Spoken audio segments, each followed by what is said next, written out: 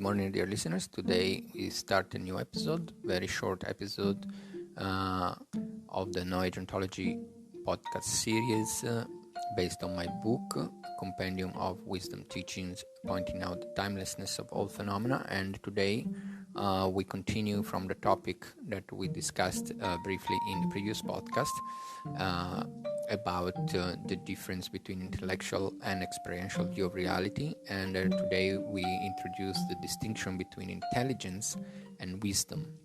So this is an important distinction, especially on the path of to liberation or to the path of self-knowing inquiries, and because the distinction has to be made in order not to confuse the two. So intelligence is the tool of self-grasping mind consciousness. It can be used to bring joy and peace into one's own life and into one's living dimension, but it can also be used to bring confusion, fear, and extreme suffering to oneself and others. So intelligence is simply a tool.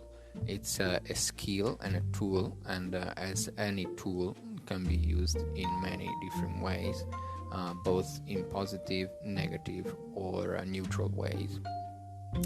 Wisdom, on the other hand, is the radiance and expressions of the mind of pure being, which is timeless, and that is within its own self-recognition. Wisdom acts spontaneously out of love and compassion, and these are spontaneous qualities of wisdom, and it only works to benefit all sentient beings, including oneself. So the distinction is pivotal because intelligence can be acquired and it can be developed to an extreme degree, but intelligence, it's only a tool which can bring one's consciousness into the inquiring about